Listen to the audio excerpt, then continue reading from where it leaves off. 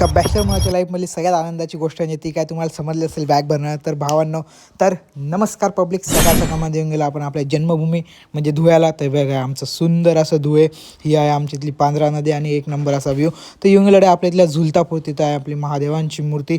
बोला हर हर महादेव. मस्त घरी पोचलो, आंघोळ पाणी केलं आणि आज आपलं फेवरेट नाश्ता भावांना मस्त मिसळ वगैरे खाऊन, कारण की भावांना घरी आलो आहे ना, तर मस्त मिसळ वगैरे खाऊन आलो. आणि सगळ्यात पहिलं काम धुळ्यात आलं ते म्हणजे दिवसाची सुरुवात केलं बाप्पांचं दर्शन. मस्त बाप्पांचं दर्शन वगैरे घेतलं आणि त्यानंतर मॅन्डेटरी गोष्ट म्हणजे काय, ती कचोरी खायला जाणं. तर बाबांना वाजता इथली कचोरी वगैरे खाल्ली आणि त्यानंतर आलो डायरेक्ट घरी. तर दुपारच्या वेळेस हे बघा आपलं घर कसं दिसतं, एक नंबर. आणि त्या दुपारी म्हणे आमच्या आईसाहेब म्हणे चला गावात म्हणे आपल्याला काय यायचे थोडेसे घराच्या वस्तू होतं. येऊन गेलो आम्ही डायरेक्ट वस्तू गेला तर इथं घेतल्या आम्ही थोडेसे घरासाठी पडदे बेडशीट वगैरे सगळ्या गोष्टी.